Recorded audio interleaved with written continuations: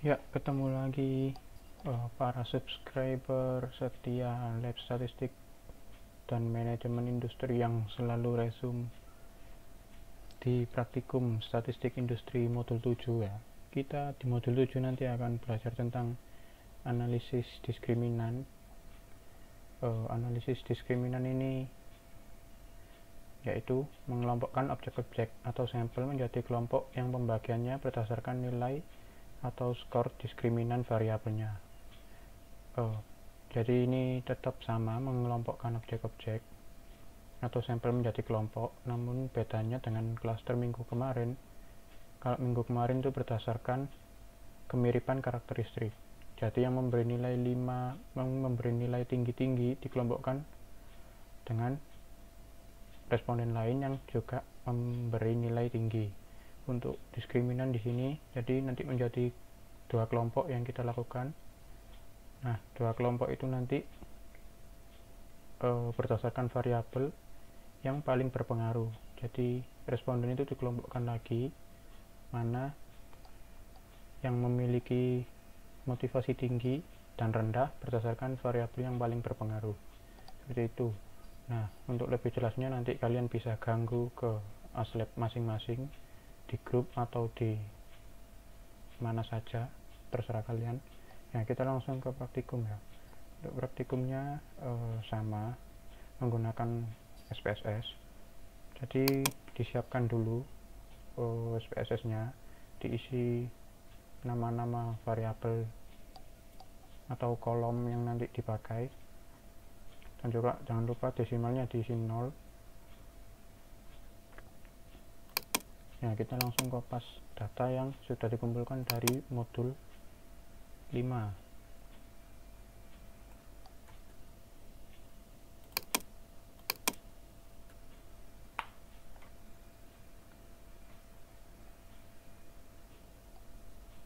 Ya, di sini data sudah dimasukkan. Kalian ikuti aja langkah-langkah yang sudah ada di modul.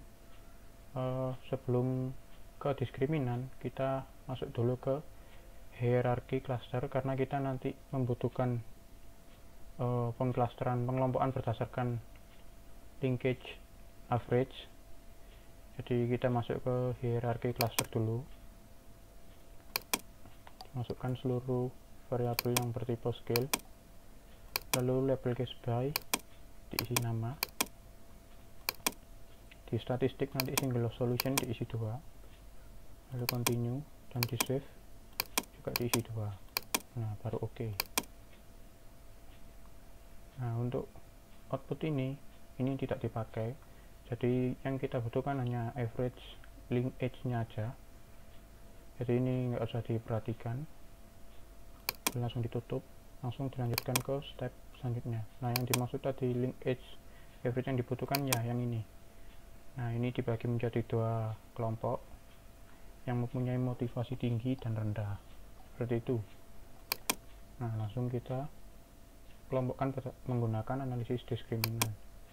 Nah, untuk di analisis diskriminan, di grouping variabel kalian isi yang average link edge. Nah, untuk define range nya yang minimum 1 dan maksimum 2, lalu continue. Untuk independent, masukkan semuanya yang bertipe scale, lalu use stepwise method. Di statistik kalian centang mean, univariate ANOVA, dan unstandardized. Continue. Lalu di sini dipilih metode Mahalanobis distance dan use probability of F. Ya, continue. Di classify kita centang summary table. Di save ini nggak perlu. Nah, kalau sudah boleh di OK.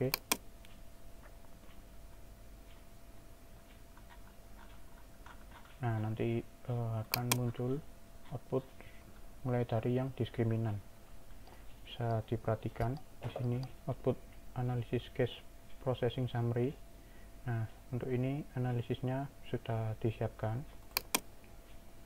Jadi menggunakan parameter untuk diskriminan ini dibagi menjadi dua grup yang tadi dimaksud dengan motivasi tinggi dan rendah, dan parameter lainnya. bisa nanti kalian baca di pegangan. Nah, untuk analisis case processing summary, di sini analisanya sebanyak 30 responden itu dinyatakan valid dan tidak ada yang dibuang. Nah, di sini 100%. Selanjutnya ada di grup statistik. Ya, di sini grup statistik itu menandakan sebanyak 14 responden itu termasuk ke dalam kelompok 1 dan 16 responden berada di kelompok 2 yang motivasinya rendah. Seperti itu. Lalu lanjut ke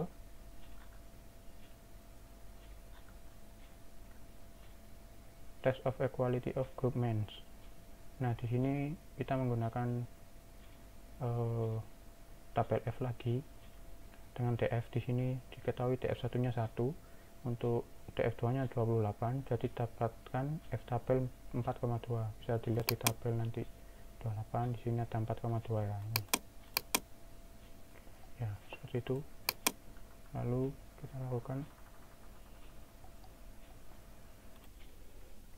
kita lakukan analisis lagi seperti ini. F hitung lebih besar dari F tabel karena di variabel suka 29,774 itu lebih besar dari 4,2, jadi H0 ditolak dan seterusnya, dan juga nanti dilanjutkan ke variabel lain hingga selesai.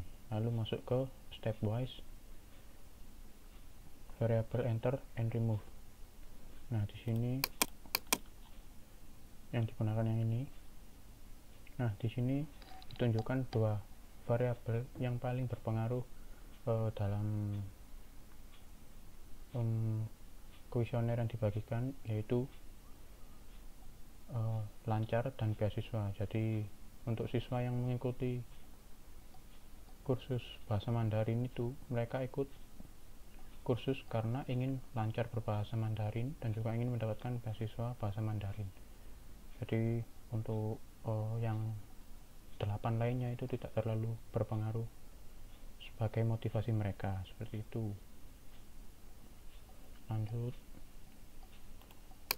ke variabel in the analysis. Nah, ternyata cuman melakukan 2 tahap iterasi sehingga 2 variabel ini tetap tinggal dalam model diskriminan.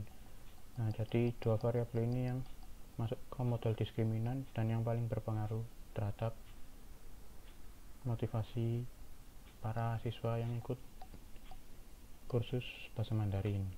Selanjutnya ada eigenvalue. Eigenvalue di sini bisa dilihat di canonical correlation yang digunakan untuk keratan hubungan antara skor diskriminan dengan grupnya. Nah, correlationnya 0,942 itu mendekati 1, yang artinya mempunyai keeratan tinggi.